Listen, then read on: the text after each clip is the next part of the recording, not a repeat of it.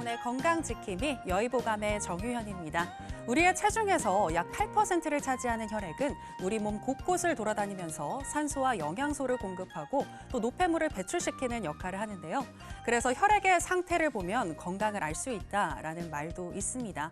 하지만 잦은 음주와 또 인스턴트 식품 같은 안 좋은 습관들, 그리고 현저하게 떨어진 활동량으로 인해서 현대인의 혈액이 위험하다고 하는데요. 눈에 보이지는 않지만 안 좋은 단계일 수 있는, 위험 단계일 수 있는 이 혈액에 대해서 관심을 가져보시는 게 좋을 것 같습니다. 자, 오늘도 여의보감 힘차게 출발해 보도록 하겠습니다. 도움 말씀 주실 두 분의 원장님 모셨는데요. 먼저 화면으로 만나보시죠.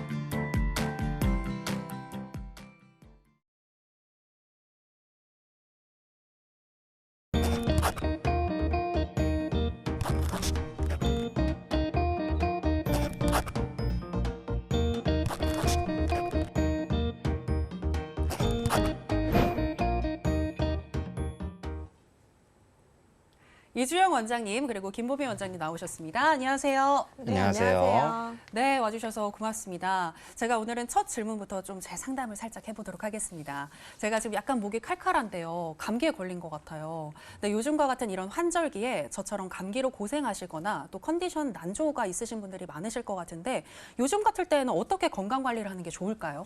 사실 요즘 같은 때가 일교차가 너무 크다 보니까 감기 걸리기에 딱 좋은 계절인 것 같아요. 네. 어제 저녁까지만 해도 약간 이렇게 늦겨울 날씨였는데 갑자기 낮이 되면은 여름 날씨로 벌어지고 그러다 보니까 감기 걸릴 것 같이 뭔가 으슬으슬하니 이거 딱 내일 감기 걸릴 것 같은데 이런 느낌이 드실 때가 있을 겁니다. 네. 그럴 때는 목 뒤에 있는 풍지혈이라는 혈자리에 우리 머리 말릴 때 드라이기 쓰잖아요. 네. 그걸로 따뜻한 바람을 쏘여주는 게 굉장히 컨디션 관리에 도움이 되고요.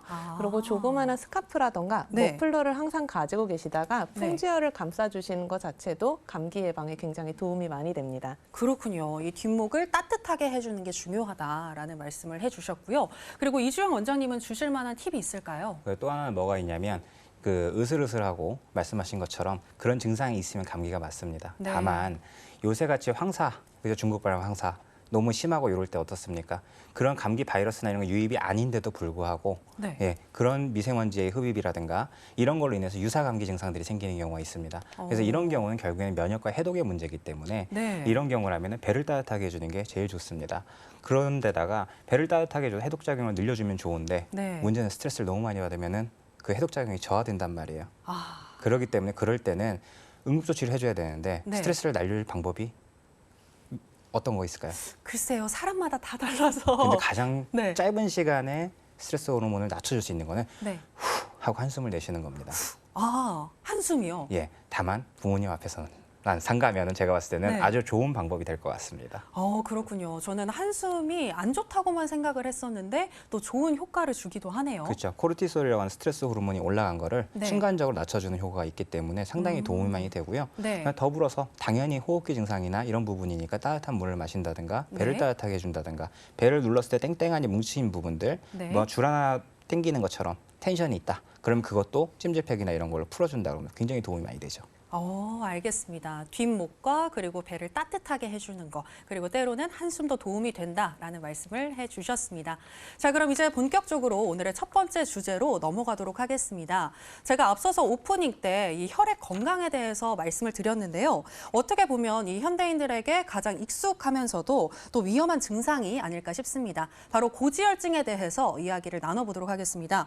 보통 이 고지혈증, 피가 끈적끈적하다, 혹은 뭐 이 혈액에 지방이 쌓여 있다. 이런 정도로 많이들 아실 것 같은데요. 이 고지혈증의 이름에 대해서 한번 알려주실까요? 어떻게 좀 이해를 좀 해보고 싶은데. 네. 예, 일단은 이름을 얘기하는 게 의미가 있을까 싶어요. 네. 워낙에 뭐 요새는 뭐 녹색창 이런 데부터 네. 시작해가지고 검색만 하면 너무 많이 나오고 그것뿐만 아니라 우리나라는 의료 혜택이 워낙 잘 돼 있는 나라다 보니까 건강보험공단에서 1년에 한 번씩 건강검진을 정기적으로 하잖아요. 그러다 그렇죠. 보니까 오히려 의사들보다 더 용어를 정식 명칭보다 영어로 유려하게 말하시면서 오시는 분들이 많습니다. 근데 다만 아까 말씀하셨던 것처럼 혈액이 건강의 지표다. 맞는 이야기인데 네. 문제는 뭐냐면 평소에 조심하지 않으시면서 그날만 검사하고 마치 시험 성적표 받아오는 공부 안 하고 시험 성적표 받아오듯이 네. 선생님 저 이거 콜레스테롤이 너무 높게 나왔어요. 이러시는 분들이 있어요. 아. 그런데 어쨌든 간에 고지혈증에 대해서 간단하게 설명을 드리자면 네. 고지혈이라고 하는 거는 몸에 있는 토탈 콜레스테롤이라고 하는 전체 콜레스테롤 양과 그다음에 HDL, LDL, 그다음에 중성지방 이런 부분들까지 네 가지로 나눠서 네. 구분을 하고 있는데 사실은 결국에는 이게 몸에서 어떤 역할을 하겠죠. 역할을 할 건데 그건 이제 뒤에 설명을 하겠지만 그 부분이 문제를 일으켰을 때 이게 어떤 식으로 몸에 해가 될까? 그걸 갖다 초점을 맞추고 이 수치를 조절을 하면서 유지를 해야 된다라고 보시면 되는 겁니다. 아, 그러니까 이 혈액 속에 있는 지방질의 종류가 다른 그렇죠. 거였군요. 예. 아, 네, 새롭게 알게 됐는데요. 우리가 보통 고지혈증을 알아보기 위해서는 혈액 검사를 하게 되는데 콜레스테롤과 중성지방 수치를 측정을 해서 이 고지혈증을 진단받게 되잖아요. 그렇다면 이 콜레스테롤은 우리 몸에서 나쁜 영향만 끼치는 건지 이 부분도 궁금한데요. 그렇죠. 이런 질문을 하면 이게 사실은 환자분들이 제일 많이 관심을 가지시고 시청자분들도 아마 시청률이 제일 많이 올라가는 부분일 거예요. 네. 콜레스테롤 자체가 당연히 나쁘다고 생각을 하고 있거든요. 네. 근데 문제는 콜레스테롤이 없으면 그럼 어떻게 되느냐라고 생각을 해보면요. 네. 사람 몸에서 일단은 가장 중심이 뭐예요?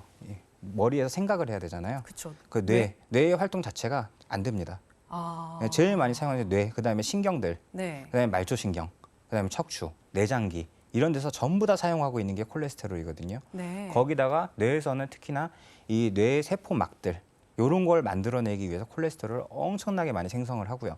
실제로 외부에서 뭔가 유입이 돼서 생기는 콜레스테롤들이 있죠. 네. 그런 부분들은 생각보다 크지 않습니다. 다만 인위적으로 쉽게 변경할 수 있고 극복할 수 있기 때문에 그걸 조심하자라고 보면 되는 부분이고요. 네. 그리고 이제 그 스테로이드 호르몬이라든가 이런 부분들도 만들어내거든요. 스테로이드라고 하면 사람들이 뭐 이렇게 스테로이드 주사라든가 이런 거 안 좋은 것만 네, 안 생각하는데 좋다고 보죠. 그렇죠. 근데 그거는 이제 응급 상황에 몸에서 대비를 하기 위해서 어떤 이제 코르티솔이라고 하는 호르몬이라든가 이런 걸 만들어내는 그런 이제 중요한 부분이 몸 자체에서 부신피질이라는 곳에서 만들어내는 부분도 있고요. 네. 근데 다만 이런 게 만들어낼 때 이 그 콜레스테롤 자체를 재료로 이용해 가지고 합니다. 그러면은 또 하나 있어요. 여러분들 보면 골다공증 같은 거 걸리는 분들 네네. 골다공증 판정을 받고 나면 뭐 드십니까? 영양제로. 보통 비타민 D 많이 먹지 않나요? 그렇죠. 근데 비타민 D의 재료 또한 콜레스테롤이고요. 진짜요? 예. 그리고 비타민 D를 먹는 것도 있지만 햇빛을 쬐 가지고 그죠? 네, 네. 합성한다고 하잖아요. 네. 근데 콜레스테롤이 없으면 비타민 D를 먹어봐야 합성이 안 돼요. 그럼 피부만 까매지는 거네요? 그렇죠. 아. 피부만 자극이 되는 거죠. 오. 그렇기 때문에 이 콜레스테롤이란 거는 몸에 워낙에 중요한 부분이고 다만 이 콜레스테롤이 너무 많았을 때 항상 문제가 되는 거예요. 예, 너무 과도하게 많아서 염증을 제거하거나 이런 역할만 어느 정도 해주면 되는데 네. 몸에 염증이 너무 많으면 어떻게 될까요? 콜레스테롤도 네. 너무 많아지겠죠. 그렇죠. 예, 그러면 걔네들이 여기저기서 쌓여서 문제를 일으킬 수 있다라고 아. 보시면 되는 겁니다. 그렇기 때문에 콜레스테롤이 무조건 나쁜 게 아니라 내 몸에 적정 수준을 유지를 해야만 되는 거예요. 그래서 콜레스테롤을 인위적으로 너무 낮춰놓으면 네. 사람이 몸에 다발성 염증이 생기기도 해요. 염증을 없애지를 못해서. 아, 그러니까 완전히 낮추는 게 좋은 것만은 아니다. 그렇죠. 그렇군요. 지금 아마 최고 시청률 나오고 있을 것 같은데요. 콜레스테롤이 나쁜 건 줄만 알았는데 그래도 적정선을 지키는 거는 좋다라고 이야기를 또 해주셨습니다. 그렇다면 콜레스테롤이 너무 많았을 때 네. 우리 몸에 어떤 증상이 나오는 걸까요? 그러니까 일단은 이게 참 재미난 이제 히스토리가 있어요. 이게 뭐냐면 1960년대에 미국의 이제 심장병 학회에서 이제 발표했던 부분인데 네. 콜레스테롤이 왜 이렇게 사람들한테 공포의 대상이 됐을까? 네. 예, 이걸 보면 되는 건데요. 그때 이제 심장마비로 돌아가신 남성분이 한 분 계셨고 네. 그래서 그분을 부검을 했더니 콜레스테롤이 심장 주변에 너무 많이 쌓여 있었던 거예요. 어, 그래서 콜레스테롤이 이게 심장마비의 주 원인입니다. 네. 라고 지목이 돼서 그때부터 50년 너머를 유지가 되다가 이제 2000년, 2021년 이렇게 지나면서 이제 삭제가 돼 버렸어요. 왜냐하면 알고 보니 그게 원인이 아니었다. 아, 알고 보니. 예. 네. 그런데도 불구하고 우리나라에서 아직까지도 그 기준을 계속 준용을 하고 있죠. 아. 예. 문제는 그걸로 좀 이제 콜레스테롤이 너무 많이 유입이 되고 안 좋은 걸 너무 많이 먹어서 너무 과도해지는 분들이 있기 때문에 네. 아직까지 유지는 하고는 있겠지만 네. 예, 너무 많으면 어쨌든 문제가 되지만 분명히 필요한 존재인 건 맞다. 그걸 어떻게 적재적소에 활용할지 네. 예, 그거를 이제 풀어내는 게 우리들의 과제입니다. 그러니까 어떻게 적정선을 맞추는지 이게 굉장히 중요할 것 같은데요. 자, 일단은 그렇다면 이 그러니까 콜레스테롤이 높아지는 원인에 대해서도 알아보는 게 중요할 것 같습니다. 높아지는 원인 어떤 게 있을까요? 사실 콜레스테롤 수치를 좌우하는 데는 두 가지가 있어요. 네. 먼저 선천적으로, 그러니까 유전적으로 타고나신 분들도 있을 텐데 네. 일반적으로 좀 전에 말씀해 주셨던 것처럼 성적표 들고 오시는 분들은 사실 선천적인, 유전적인 요인보다는 후천적으로 나의 생활 관리가 어떻게 되었는지에 따라서 굉장히 많이 달라집니다. 생활 관리. 그렇죠. 네. 요즘 맛집 찾아다니는 게 사실 엄청 유행인데요. 예를 네. 들면 곱창이라던가 튀김이라던가 네. 듣기만 해도 굉장히 맛있는 음식들이잖아요. 맞아요. 네. 근데 이런 음식들에는 사실 콜레스테롤이라던가 아니면 중성지방이라던가 이런 음식들, 이런 성분들이 굉장히 많이 들어가 있습니다. 네. 이런 음식들을 이제 적당히 섭취하면 굉장히 좋은데 과량 섭취하게 되는 경우에는 이게 당연히 이 자체를 섭취하는 것만으로도 콜레스테롤 수치가 올라갈 수가 있고요. 네. 그리고 또 하나 이걸로 인해 체중이 증가됩니다. 아. 체중 증가가 일어나고 거기에 더해져서 운동 부족까지 더해지게 되면 콜레스테롤 수치는 굉장히 많이 높아지게 되고 네. 좀 전에 말씀드린 대로 심혈관 질환이라던가 이런 것도 굉장히 수치가 올라가게 됩니다. 그렇다면 제가 지금 말씀드린 식이습관이라던가 체중 조절, 운동 어떻게 생각하면 우리가 지금 다 조절할 수 있는 요인이란 말이에요. 그렇죠. 그러다 보니까 네. 후천적인 요인을 우리가 개선이 시청자분들도 충분히 가능하다는 걸 알고 계셨으면 좋겠습니다. 네, 그게 조절 가능하다는 건 아는데 참 쉽지는 않은 것 맞아요. 같아요. 마시는 게 너무 좋고, 그렇죠. 특히 뭐 음주 좋아하시는 분들 이런 분들도 많기 때문에 생활 습관을 어찌됐건 그래도 좀 조절하는 게 가장 급선무다라는 말씀을 해주셨는데요. 그러니까 결국에는 이 고지혈증을 만성 질환이다라고 생각을 하고 평생 좀 관리를 하는 게 중요할 것 같습니다. 근데 보통은 또 약을 드시는 분들도 있더라고요. 네, 콜레스테롤 수치를 낮추기 위해서 약을 먹는데 이 약이 그러면 콜레스테롤을 제거하는 역할도 하는 건지 궁금하거든요. 그러니까 이제 콜레스테롤을 평생 관리를 하라고 하면 네. 정말 관리를 하셔야 돼요.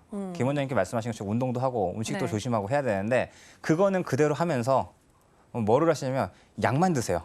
그러면서 네. 병원 가서 검사를 했는데 수치가 정상으로 나온다. 그럼 네. 저는 관리 잘 되고 있어요. 네. 라고 얘기를 한단 말이에요. 근데 이 약으로서 인위적으로 낮춰주는 건 아무 의미가 없는 게 종류는 많아요. 뭐 크레스토, 리피토, 조코 뭐 이렇게 이름들이 많은데 네. 문제는 뭐냐면은 이름이 다양하지만 결국엔 콜레스테롤을 낮춰주는 거란 말이에요. 네. 근데 그러다 보니까 내 몸에 분명히 필요한 부분들, 염증이 많이 발생을 해서 그 염증에 불을 끄려고 소방차가 출동을 했단 말이에요. 네. 그랬는데 그 소방차가 병목 현상을 일으키고 좀 문제를 일으킨다고 한들 네. 그걸 제거해 버렸어요. 어, 그럼 어떻게 될까요? 안 좋죠. 불이 안 꺼지죠. 네네. 그럼 불이 여기저기 날 거 아니에요. 네. 그래서 다발성 염증으로 간다고 아까 제가 말씀드렸던 게 이 약입니다. 어. 그래서 문제는 뭐냐면 사람 몸에서는 면역에 항상 보호를 받아요. 근데 그 중에서 남성분들은 이제 뭐 네. 전립선이라든가 뭐 이제 그 정자를 생성하는 그런 네. 부분들이 이제 면역 특혜 부위라고 하는 부분이 있고 여자분들은 자궁난소가 면역 특혜 부위인데 네. 문제는 이 다발성 염증이 발생하다 보면 그 면역으로 강력하게 보호가 돼야 되는 곳조차도 깨지게 되는 경우가 생겨요. 그래서 고지혈증 약을 장기간 복용하신 분들 중에서 어떤 게 있냐면 히스테렉토미라는 게 있어요. 자궁난소 절제술. 예. 왜냐면은 여성들이 출산까지 할 수 있는 이유가 뭐냐면요. 네. 그 극심한 고통을 이겨낼 수 있는 이유는 지방세포가 많아서예요. 그게 염증의 재료가 되는 혈당이라든가 이런 것들을 저장하고 보호를 해줄 수가 있는 부분들인데 네. 문제는 계속적으로 그런 약으로 낮춰주게 되면 네. 그 염증이나 이런 부분들을 제거할 능력이 떨어지게 되고 그다음에 나이가 들면 여성 호르몬 수치가 떨어지잖아요. 네, 자, 네. 지방세포도 또 줄어들죠. 줄어들고. 그러면은 그런 염증이나 이런 거에 대한 재료들이 계속 혈중에 떠돌아다니게 되기 때문에 네. 다발성 염증으로 갈 수밖에 없는 거예요. 그렇기 때문에 절대 약에 의존해서 가면 안 되는 부분인 거죠.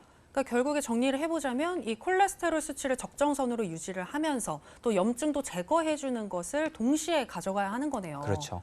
그렇다면 이걸 한의학에서는 어떻게 접근하고 있나요? 그러니까 이제 이해하기 쉽고 환자분들한테 얘기하기 쉬운 것 때문에 이제 혈당이라든가 염증이라든가 이런 거 설명을 드렸는데 네. 결국에는 사람 몸에서 혈액을 주관하는 곳은 간입니다. 간에서 콜레스테롤 생성하는 양도 상당히 많고요. 네. 그리고 간에서 만든 담즙이 배설이 돼서 쓸개에 모아놨다가 필요할 때 분비가 된단 말이에요. 네네. 그러고 또 그 담즙 자체에서 어느 정도 소화가 된 음식물들이 대장까지 내려와서 배설까지 되면 사람 몸은 사실상 끝이에요. 잘 먹고 잘 자고 잘 싸고가 끝나는 거예요. 그렇죠.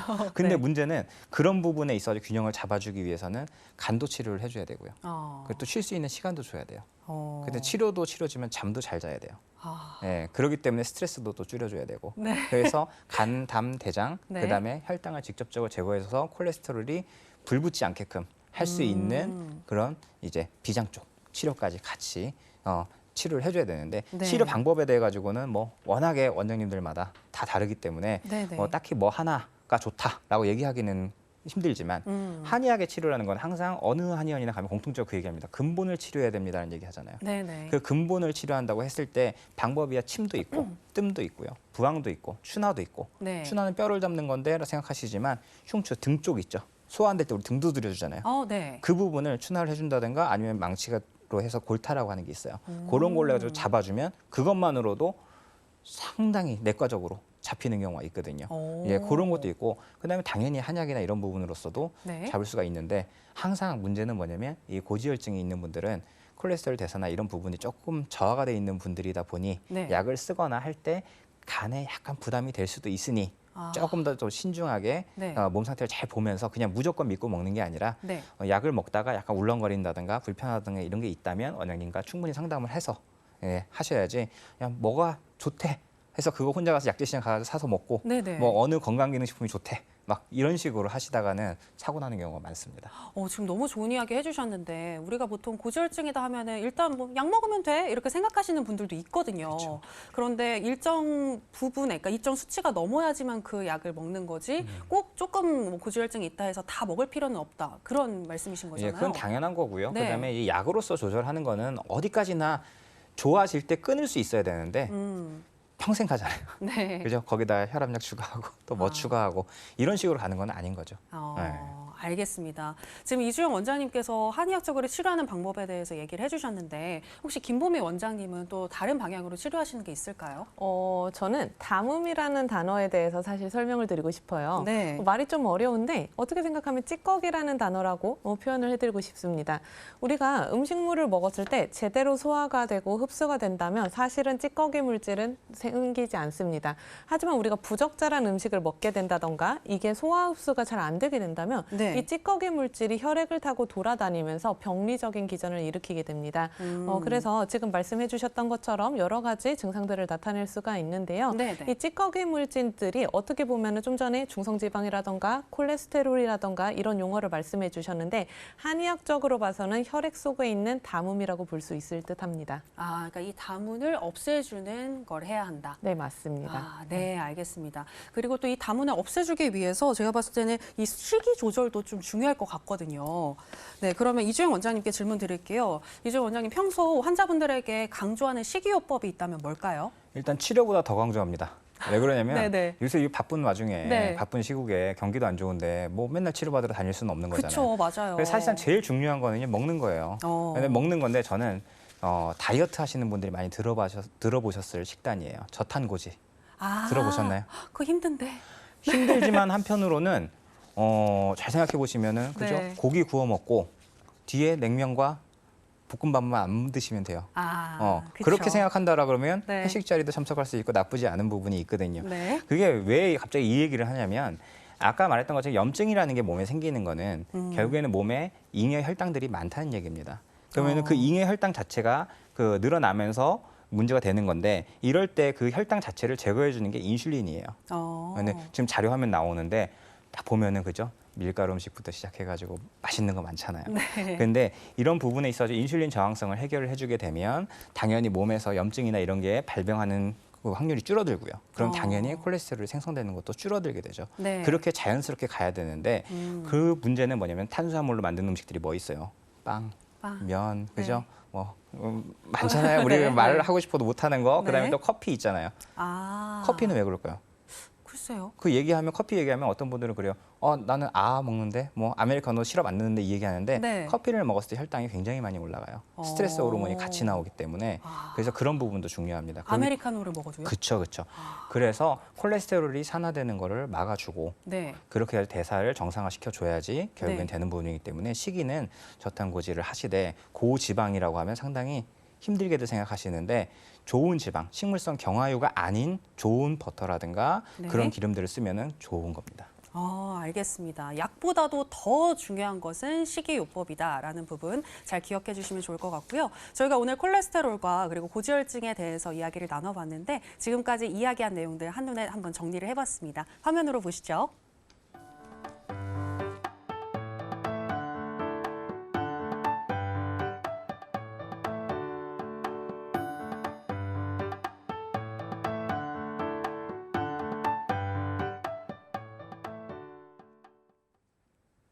여러분들은 생방송으로 보내드리는 여의보감 함께하고 계십니다. 이제 다음 주제로 넘어가 보도록 하겠습니다. 삶을 위협하지는 않지만 이 삶에 있어서 좀 불편함을 초래하는 고질적인 고질병이 있습니다. 바로 인체의 가장 넓은 면적을 차지하고 있는 이 피부병인데요. 제가 원장님께 먼저 질문을 드리겠습니다. 김보미 원장님, 요즘 피부 문제로 한의원을 찾는 분들이 많다고 알고 있습니다. 네, 맞습니다. 네, 저도 사실 이 아토피 때문에 한의원의 도움을 좀 받았거든요. 근데 보통 어떤 질환들로 병원을 찾는지 궁금한데요. 사실 현대인들이 피부 질환을 앓고 있는 건 굉장히 여러 가지예요. 네. 뭐 하나가 이렇게 딱 많다라고 보기는 힘든데요. 예를 들면 얼굴부터 보면요. 여드름에 대한 고민이 있으시고요. 그리고 탈모에 대한 고민이 있으시고 네. 전신으로 나타나는 건 아토피라던가 건선이 있고요. 손발로도 질환이 나타나요. 동글동글하게 수포 잡히는 거 그거 한번 보신 적 있으실까요? 그걸 한포진이라고 하는데 이렇게 그렇구나. 동글동글하게 수포가 터져나가는 건데요. 이런 한포진이란 질환이라던가 껍질이 벗겨지는 주부습진 등이 우리가 현대인이 앓고 있는 피부 질환이라고 볼 수 있습니다. 그렇군요. 근데 그중에서도 사실 이 나이와 성별을 불문하고 가장 좀 많이 가지고 있는 피부 질환 중에 하나가 저도 가지고 있는 이 아토피 피부염이 아닐까 싶은데요. 어떤가요? 사실 아토피 같은 경우에는 굉장히 호발하는 질환 중에서 하나예요. 네. 특히나 이제 아토피의 서양의학적인 정의를 한번 보자면은 네. 아토피성 체질을 기반으로 하는 특유의 증상과 만성적인 경과. 그러니까는 이게 하루 이틀 가는 게 아니라 굉장히 오래 간다는 거죠. 네. 그거를 보이는 습진성 피부염을 의기를 합니다. 그리고 그것만 얘기하는 게 아니라 사실 네. 알러지를 일으키기 쉬운 유전적인 소인을 얘기하기도 합니다. 굉장히 조금 말이 어려운데요. 네. 왜 이렇게 뭔가 복잡한가? 네. 이거를 한번 말의 근원을 따라서 한번 알아보면 더 좋을 것 같아요. 네. 어떤 거냐면요. 아토피 같은 경우에는 그리스어로 이상한, 알 수 없는 이런 뜻에서 근원을 했습니다. 그렇군요. 근원이 왜 뭔가 이상하죠? 이 뜻은 뭐냐면은 서양의학에서도 아토피라는 원인을 지금까지 찾아내지 못했다는 것입니다. 그냥 이렇게 우리가 보고 있다 정도인 것이죠. 그러니까 아토피 피부염은 알 수 없는 알레르기이다. 이렇게 알면 될까요? 네, 맞습니다.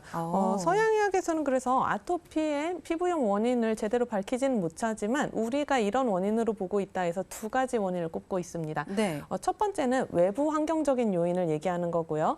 그리고 두 번째는 인체 면역의 과잉 면역 반응이 나타나고 있다. 이렇게 두 가지입니다. 그러면 제대로 된 원인을 알고 또 이 근본적인 치료를 하는 게 굉장히 중요할 것 같은데요. 근데 사실 뭐 저도 그렇고 제 주변에도 그렇지만 그냥 이게 좋아졌다가 안 좋아졌다가 무한 반복이거든요. 근본적으로 좀 나아지지가 않는 것 같아요. 이거 그냥 평생 좀 관리하는 수밖에 없을까요?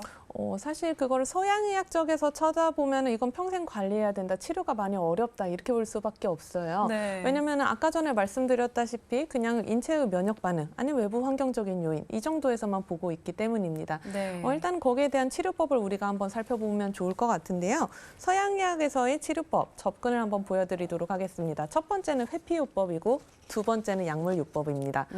회피요법은 어떤 거냐면요. 내 몸의 면역 반응은 정상인 거예요. 그런데 외부의 환경적인 요인에서 뭔가가 오고 있기 때문에 그렇다. 그러니 외부 환경적인 요인을 차단해야 된다라고 보는 것입니다. 우리가 대표적으로 왜 전에 말씀하셨다시피 나는 이거 채식을 해야겠어. 고기를 먹으면 안 되겠어. 이런 거 있잖아요. 네. 음식 조심이 거기에 들어갈 수가 있고요. 그리고 진먼지 진드기를 제거하기 위해서 노력하는 것도 이러한 회피요법에 들어갈 수가 있습니다. 그리고 두 번째는 우리가 약물요법 들어보셨을 거예요. 스테로이드, 항히스타민제 이런 약물들이 사실 약물요법에 들어가는 건데요. 네. 외부 환경적인 거는 정상적인데 내 몸의 면역 반응이 과잉돼서 나타난 거니 이거를 누르는 쪽으로 들어가겠다라는 것이 사실 약물요법입니다. 이렇게 해서 그냥 두 가지에서만 접근하고 있다 보니 근본적인 치료가 아직 어렵고 뭔가 자꾸 관리를 해야 되는 것 같은 그런 느낌을 줄 수가 있는 게 서양의학적인 접근법입니다. 그렇다면 지금 말씀에 의하면 아토피는 이 완치라는 개념과는 조금 떨어져 있는 것 같은데 네, 맞아요. 왜 감기처럼 딱 떨어지지 않고 계속해서 발현되는 걸까요? 이렇게 보시면 좀 좋을 것 같아요. 아까 전에 이제 서양의학적인 의미에서의 치료법이라던가 접근법을 말씀을 드렸는데요. 네. 저는 환자분들께 이제 피부 질환에 대해서 설명을 드릴 때 빙산의 일각이라는 표현을 가장 많이 드립니다. 네. 많이 들어보셨을 거예요. 그죠? 네, 네, 맞아요. 빙산의 일각은 우리가 이제 빙산의 꼭대기 부분은 우리 눈으로 보이는 육안으로 보이는 피부 증상을 얘기를 하는 거고요. 네. 그리고 이쪽 밑에 있는 빙산의 이제 기둥 같은 경우에는 피부의 근본 원인을 얘기하는 겁니다. 네. 그렇기 때문에 아까 전에 말씀드린 연고 치료라든지 아니면 항히스타민제라든지 스테로이드라든지 이런 치료들은 확인되는 피부 증상을 그냥 잠시 해결하는 표증 치료에 가까운 거예요.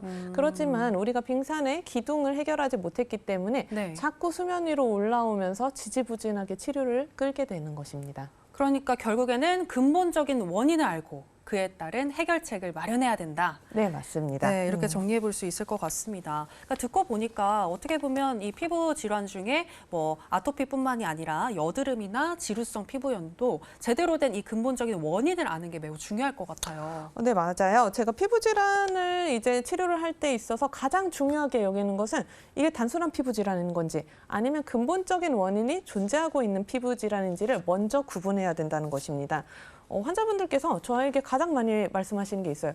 나 이게 어느 병원을 갔더니만 건선이라고 해서 내가 6개월을 치료를 했고 이쪽 병원을 가니까 아토피라고 해가지고 내가 1년을 치료를 했는데 뭐가 맞는지 모르겠어요. 이렇게 표현을 많이 하시거든요. 답답하시겠다. 그죠? 많이 답답하실 수밖에 없어요. 근데 이게 병명이 건선이다, 아토피다, 한포진이다 이게 중요한 게 아니라 네. 병명보다 병이 시작된 근본 원인을 사실은 쳐다보는 게 가장 중요하거든요. 네, 네. 그래서 아까 전에 이제 초입부에 말씀을 해주셨을 때 아토피에 대해서 저에게 질문을 하셨어요. 네. 근데 사실 아토피라는 병명을 콕 찍어서 저에게 말씀을 해주셨기 때문에 제가 그렇게 말씀을 드렸을 뿐이지 네. 저에게 건선에 대한 치료법에 대해서 얘기를 하신다던가 아니면은 다른 한포진이라던가 다른 병명에 대해서 설명을 부탁했을지라도 네. 저의 설명은 거의 비슷했을 겁니다. 왜냐하면 병명이 중요한 게 아니라 제가 계속 중요하다고 하는 건 병의 원인이기 때문이죠. 그래서 한의학에서는 병명을 의존하기보다 항상 원인을 케어하는 쪽으로 치료법이 진행되어 왔습니다. 그렇군요. 피부 질환 역시 병명보다는 이 병의 원인을 아는 것이 중요할 것 같습니다. 자, 그럼 지금부터 이 피부의 여러 가지 증상으로 나타나는 이 피부병 어떻게 해소하고 어떻게 또 접근을 해야 하는지 구체적으로 좀 알아보도록 하겠습니다. 우선 한의학에서 보는 근본 원인들이 좀 있을 것 같습니다. 어떤 게 있을까요? 사실 원인이 굉장히 여러 가지예요. 그래서 제가 생각나는 것부터 먼저 몇 가지 나열을 해드리자면요. 첫 번째, 소화기계가 약한 분들도 피부 질환이 나타날 수가 있고요. 그리고 스트레스로 인해서 내분비 계통이 교란이 일어나신 분들 또한 피부 질환으로 이어질 수가 있습니다. 그리고 세 번째는 이제 몸이 부으면서 발생한 수독증이 피부로 나타나는 경우도 있어요. 근데 지금 이것들이 공통 요인이라고 보면 되는 걸까요? 이게 공통 요인이 된다기보다는요. 각자 원인에 따라서 다 달라질 수가 있어서 네네. 우리가 지금 비위, 수독증 이런 굉장히 어려운 용어들이 있다 맞아요. 보니까 너무 많이 헷갈리실 것 같아요. 네네. 그래서 제가 예시 자료를 통해서 제가 어떤 의미로 말씀을 드린 건지 이런 거에 대해서 한번 말씀을 드려볼까 합니다. 네. 환자 사례를 준비해 오셨는데요. 한번 그러면 원장님께서 하나씩 설명해 주실까요?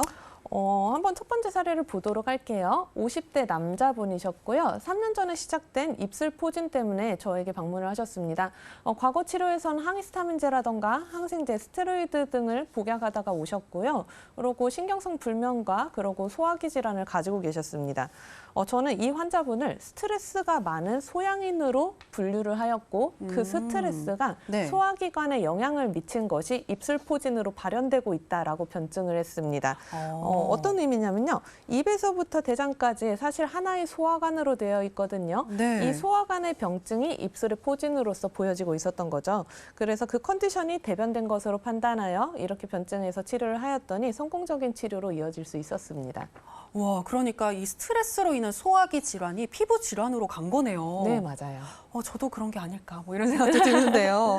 자, 그렇다면 이 근본 원인인 소화기 질환을 치료를 하게 되면 피부 질환도 나아지는 걸까요? 이렇게 보셔야 돼요. 모든 입술 포진이라던가 모든 피부 질환들이 모두 소화기관에서 근원한다 이렇게 볼 수는 없습니다. 하지만 소화기관의 컨디션이 대변돼서 나타난 피부 질환이라고 하면은 소화기관을 치료함으로써 자연스럽게 피부가 좋아질 수 있다 이렇게는 보실 수 있을 것 같아요. 네, 그렇군요. 알겠습니다. 자, 그리고 이제 다음 사례에 대해서 한번 또 살펴봐야 할 것 같은데요. 다음 사례도 보실까요? 네, 다음 사례 50대 중반 여성 환자의 사례를 또 가지고 오셨는데, 그렇죠? 한번 볼까요? 50대 여성분이시고요. 좁쌀 크기의 붉은 반점을 가지고 계셨습니다. 스테로이드 제제랑 항히스타민제, 그러니까 모든 치료는 다 해보다가 오신 거죠.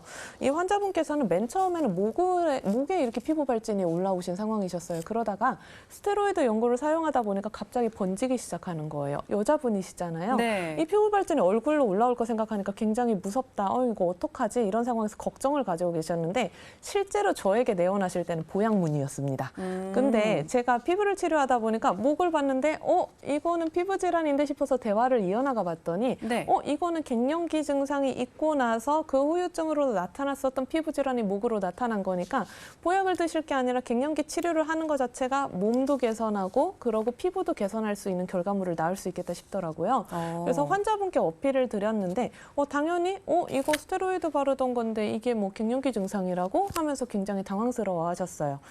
갱년기라는 시기는 사실 임신 출산에 비견할 만큼 여성의 몸이 굉장히 약해지는 시기입니다. 네. 그래서 수면이라던가 상열감이라던가 이런 쪽으로 굉장히 고생하신 분들은요.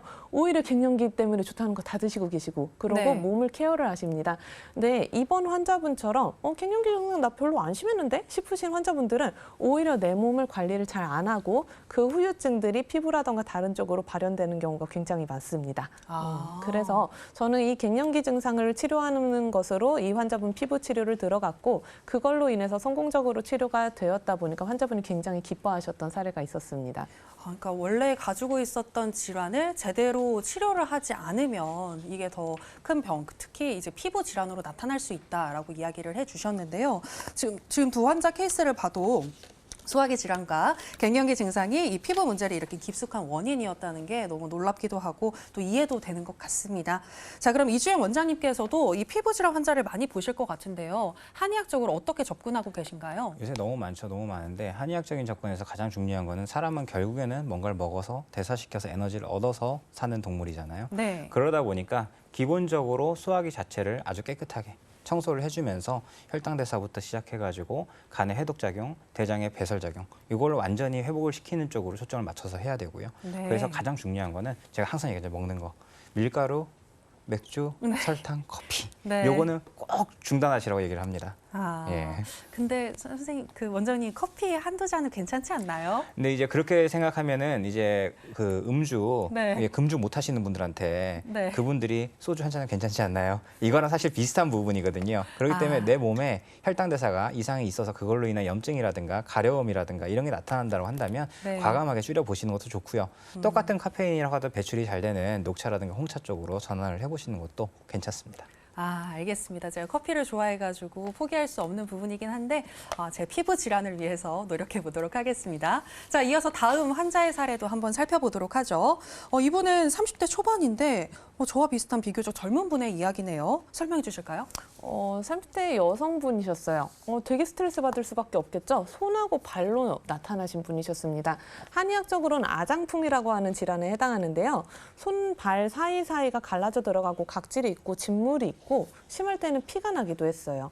이분은 4년 동안의 스테로이드 연고를 사용을 하셨는데 사실 굉장히 치료에 대해서 회의적이셨습니다. 왜냐하면 한 번도 나는 나아본 적이 없다 이렇게 말씀을 하셨거든요. 네. 그래서 약간 반신반의하시면서 저랑 같이 치료를 이어나가셨는데 저는 이분을 그냥 단순한 피부 질환이 아니라 소양인의 흉경열증으로 보고서는 치료를 들어갔습니다. 그러다 보니까 스트레스로 인해서 교란됐었던 몸이 굉장히 좋아졌고 일주일 만에 색깔이 빠지면서 피부 변화가 보이기 시작했어요. 그러다 보니까 이 환자분이 나 이젠 믿고 치료 들어갈 수 있을 것 같다라고 하면서 치료가 네. 굉장히 해피하게 종결이 되었습니다. 그럴 때 특히 좀 보람감을 많이 느끼실 것 같아요. 맞아요. 그렇죠. 네. 자, 이렇게 지금 세 분의 환자 사례를 통해서 또 어떻게 치료를 하셨는지 한의학적인 접근 방법을 알아봤는데요. 근데 가장 또 중요한 게 이 피부 질환이 생겼을 때 안 긁는 것도 중요하잖아요. 맞아요. 물론 근본적인 원인 치료도 중요하지만.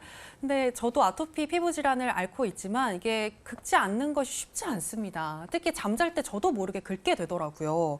이주영 원장님께 좀 여쭤볼게요. 긁지 않기 위해서 셀프 처치하는 방법이 있을까요? 일단은 아기들이라면 일단 그죠? 보호 장갑을 끼우죠. 못 긁게. 아, 네. 네. 이렇게 양말을 끼우기도 그쵸, 하고. 그쵸. 네. 근데 이제 어른들 같은 경우는 그렇게 해도 큰 의미가 없고요. 네. 이제 원인을 정확하게 알아야 되는데 내가 의사도 아닌데 무슨 원인을 어떻게 알아?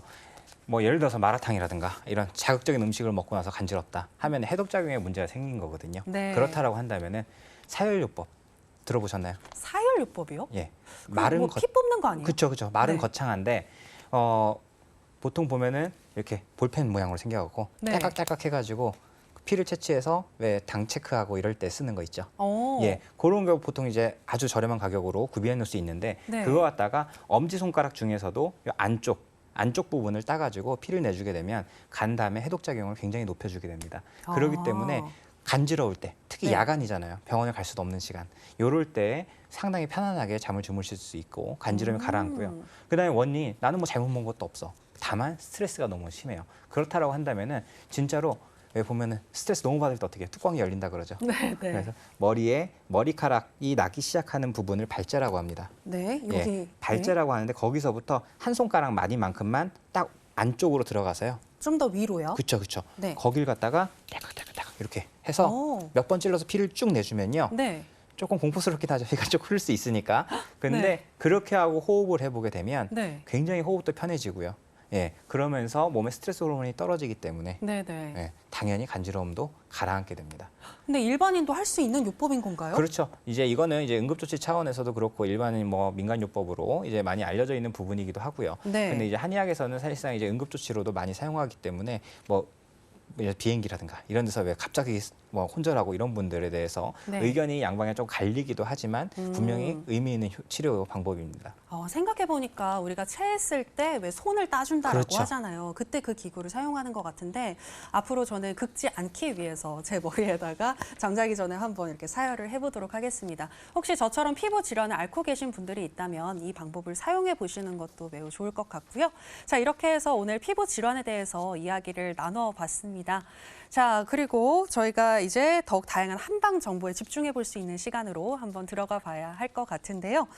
자, 일단은 그 전에 오늘의 정리를 한번 살펴보겠습니다. 저희가 피부 질환에 대해서 이야기를 하면서 피부 질환에 대해서 좀 궁금하신 분들 그 Q&A로 해서 한번 저희가 정리를 해봤는데요. 화면으로 일단 보시죠.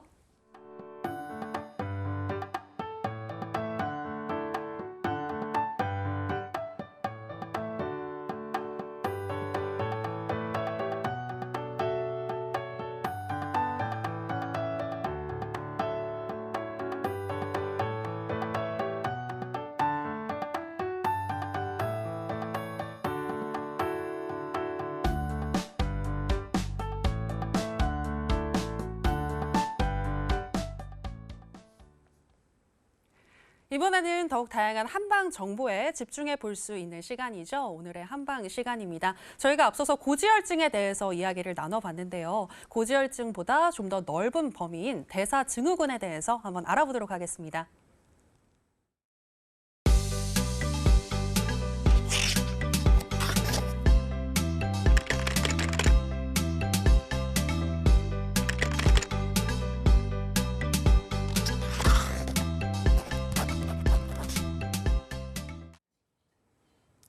안녕하세요. 오늘의 한방의 이주영 한의사입니다. 건강에 좋은 글씨, 대사증후군이라고 들어보셨나요? 그러면은 좋은 글씨라고 하면 어떻습니까? 극복할 수 없는 뭔가 각인되어 있는 이런 느낌을 받으실 겁니다. 그래서 보통 우리가 역사를 보면 어떨까요? 신라시대 육두품부터 시작해서 조선시대의 양반, 그죠? 양반이 되지 못한 사람들은 육두품의 서름처럼 어떤 정계 진출도 안 되고 극복이 안 됐죠. 그래서 건강에 있어가지고 사람들이 그런 얘기합니다. 그래, 내가 돈 없는 것까지는 어떤 뭐 재벌집 막내 아들 드라마에서 나오는 것처럼 그렇게는 못 살아도 그래도 내가 건강하게 살면 좋겠는데 이 100세 시대라는 시대에 내가 아직 50, 60도 안 됐는데 건강이 너무 안 좋아서 대사증후군이라는 낙인이 찍혀서 이거를 집안 내력, 당뇨가 있어서 고혈압이 있어서 어떤 암이 있어서 이런 얘기들을 합니다. 그래서 대사증후군이라는 거에 대해서부터 일단 설명을 드리려고 하는데 대사증후군 같은 경우는요. 기본적으로 고혈압, 고지혈, 당뇨, 비만 요 정도까지를 보통 얘기를 한다고 생각합니다. 근데 한 가지가 더 있어요. 결국에는 암입니다. 결국에는 대사증후군이 대사가 안 돼서 막힘으로 인해서 생기는 다양한 질환들이 결국에는 산화 스트레스로 이어지게 되고 그렇게 되면 결국에 암세포들이 생기게 돼서 몸이 최종적으로 망가지는 부분입니다. 다음을 한번 보시면은 그러면은 이 극복되지 않는 그죠? 이게 죽은 글씨처럼 각인이 되는 이런 부분들에 대한 거라고 한다면은 굳이 얘기할 필요 없죠. 평생 약 먹으면서 사세요라는 얘기를 할 수밖에 없습니다. 그러나 여러분 희소식이 있습니다. 제가 2019년에 논문을 썼던 부분인데 우리나라에서 건강보험공단에서 제공해주는 전장유전체 분석이라는 게 있습니다. 그걸 통해 가지고 유전자 분석을 하고 해서 많은 케이스, 10,000명에서 20,000명 이상의 케이스들을 가지고 케이스 리포트를 해보니까 실제로 유전적인 소인보다도 먹는 음식, 생활하는 환경, 그다음에 습관 이걸로 인해서 대사증후군이 발병하는 부분들이 훨씬 더 강력하게 생기는 부분입니다. 그렇기 때문에 여러분들이 어차피 이 연구 자체가 1년, 2년 정도의 짧은 기간이에요. 케이스는 굉장히 많지만 그렇기 때문에 더 장기간에 대한 연구가 필요한 부분이 있지만 운동만 잘하고 음식만 잘 조절해가지고 생활을 해줬을 때 좋은 것이라고 생각했던 가족 내력 이런 부분은 결국에는 어디까지나 핑계일 뿐입니다. 결국에는 극복할 수 있는 부분이고요. 그렇기 때문에 여러분들이 얼마든지 극복해낼 수 있는 부분입니다. 그럼 다음으로 넘어가서 그럼 이 대사증후군이 왜 생기는지를 알아야 되는데 대사증후군이 생기는 이유는 대부분 이제 다양한 호르몬과 장기들이 연관되지만 가장 이해하기 쉬운 용어로만 설명을 해드리겠습니다. 일단은 혈당이 상승하게 돼요. 혈당이 왜 상승해요? 안 좋은 음식을 먹어서도 있고 스트레스도 있고 여러 가지 있겠죠. 그렇게 되면 인슐린의 분해를 처음에는 혈당을 해주다가 어느 정도 한계에 도달하게 됩니다. 그렇게 되면 그 다음엔 저항성이 발생하게 됩니다. 그러면 여러분들이 알게 되는 비만이나 당뇨가 생기게 되는 거죠. 그렇게 되면 그 염증을 제거하기 위해서 콜레스테롤들이 상승하게 됩니다. 콜레스테롤이 제가 고지혈 편에서 얘기한 것처럼 결국에는 몸의 염증을 제거해주는 소방차 역할을 해주거든요. 그럼 그런 부분들이 결국에는 고지혈증으로 이어지게 되고 그 다음에 콜레스테롤과 합쳐진 염증이 혈관벽에 들러붙게 되죠. 그러면 어떻게 됩니까? 혈관이 탄력을 잃게 되고 그러면은 혈액을 보내기 위해서 어떤 게 필요합니까? 혈압을 올려야죠. 그렇기 때문에 고혈압까지 이어지게 되는 겁니다. 그렇기 때문에 여러분들이 이 중에서 비만, 당뇨, 고지혈, 고혈압 중에서 어느 하나라도 있다고 한다면 이 굴레에서 빠져나올 수 없는 부분이에요. 다음을 보신다고 한다면 그러면은 어떻게 관리를 할까? 관리하는 게 사실 제일 중요한 거거든요. 그래서 저 같은 경우는 사실상 치료보다도 관리, 먹는 음식에 있어가지고 생활에 있어서 이게 제일 중요하다고 봅니다. 그래서 보면은 탄수화물 섭취를 최소한으로 줄이는 게 제일 중요합니다. 그렇기 때문에 밀가루, 설탕, 맥주, 커피를 줄이셔야 됩니다. 그러면은 왜 하필이면 밀가루를 얘기하느냐? 밀가루는 뭐 글루텐이라든가 이런 거에 대해서 워낙 많이 정보가 있어서 아시겠지만 그런 걸로 인해서 어떤 장누수 증후군이라든가 이런 부분을 유발할 수 있는 부분들이 있고요. 설탕은 직접적으로 당을 높여버리기 때문에 당연히 문제가 되고요. 커피 같은 경우는 처음 먹었을 때 한 5분 정도 굉장히 기분 좋은 아드레날린이나 엔돌핀 같은 호르몬이 나오지만 그 이후부터는 스트레스 호르몬이 올라갑니다. 그렇기 때문에 혈당을 또 높이게 됩니다. 그래서 꼭 뭐 라떼라든가 아니면은 뭔가 안 좋은 뭐 시럽 종류 이런 걸 넣지 않더라도 혈당을 올리는 역할을 하기 때문에 별로 도움이 되지 않습니다. 맥주 같은 경우는 맥주로 이제 이름을 통칭해서 얘기를 했지만 기본적으로 라거 발효식에 해당하는 맥주들이 대체적으로 속을 차갑게 만들기 때문에 대사 속도를 더 저하를 시키는 부분이 있기 때문에 줄이시는 게 좋습니다. 그 다음에 스트레스를 받았다고 한다면 당연히 그 상황을 회피하는 게 좋지만 그럴 수 없는 상황이 있죠. 예를 들어 윗사람과 있다든가 어떤 직장에서 어떤 회의 중이라든가 이런 경우에 들릴 정도로 하면 안 되겠고 부모님 앞에서 예의 없이 하면 안 되겠지만 바로 하게 되면 스트레스 호르몬이 순간적으로 떨어집니다. 그렇게 되면 코르티솔 이런 활동들이 줄어들기 때문에 혈당이나 이런 부분이 제어가 잘 되기 시작하고요. 제가 얘기하고 싶은 가장 포인트는 이겁니다. 여러분들이 대사증후군이라고 하면은 그걸 극복하기 위해서 운동을 하신다. 그러면 대부분이 뭐를 하시냐면요. 아침에 SNS에 사진 올리십니다. 딱 근육 접고 뭐 무거운 거 들고 막 이런 거 유산소 운동 격렬하게 뛰고 이런 걸 사진을 올리시는데요.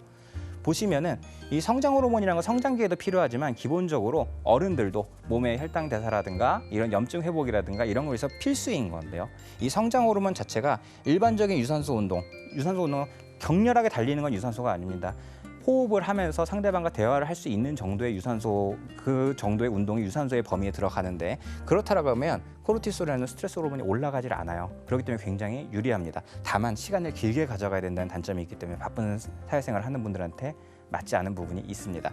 다만 무산소 운동, 우리가 무거운 거 들고 막 하는 거 있죠? 그런 경우는 사실상 성장 호르몬이 많이 나와서 굉장히 개운하고 좋은데 문제는 뭐냐면 코르티솔이라는 혈당을 높이는 부분들이 생기고요. 그래서 제일 추천하는 게 HIIT라고 얘기를 하는데 타바타라고 하는 운동처럼 결국에는 격렬한 운동을 했다가 쉬었다가 격렬한 운동을 했다가 쉬었다가 이런 식으로 해가지고 반복을 하는 거예요. 예, 인터벌 트레이닝이라고 하는데 이런 부분을 하게 되면 굉장히 많이 도움이 됩니다. 다음으로 넘어가시면 이제 한의원에서 어떻게 치료를 하는지 부분에 대한 부분인데요. 한의학에서는 일단 임동맥 순환이라고 해서 척수 흐름을 좋게 하는 자리가 있습니다. 배꼽에서부터 두 손가락 밑에 딱 떨어진 부분입니다. 그쪽에 이제 약침이나 일반 침을 놔가지고 치료를 하고요. 다음으로 넘어가서 그다음에 횡격막, 이 소화기 쪽에 해당하는 부분이거든요. 소화기 쪽에 해당하는 부분에 이제 그 간이라든가 쓸개라든가 비장이라든가 췌장 쪽을 치료를 해서 소화 기능을 높여주게 됩니다. 그렇게 하고 나서 스트레스가 많은 분들은 흉격에 여기 이제 가슴 쪽, 아이고 내 팔자야 한 두드리는 부분 있죠? 그쪽을 두드려주고 눌러주고 치료를 해주게 되면 스트레스 호르몬이 떨어집니다. 거기다가 마지막으로 배설 기능을 정상화시켜주게 되면 해결이 됩니다. 오늘의 한방 이정환 의사였습니다.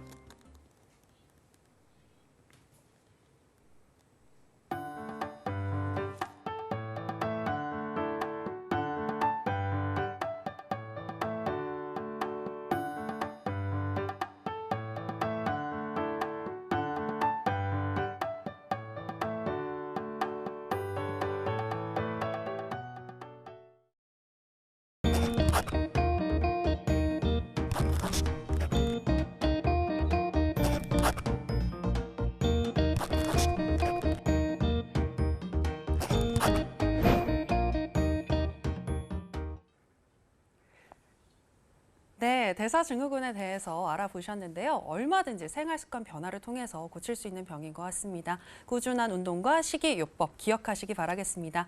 여의보감 저희가 준비한 내용은 여기까지입니다. 저희는 내일 이 시간에 또 알찬 건강 정보 가지고 다시 돌아오도록 하겠습니다. 함께해 주신 여러분 고맙습니다.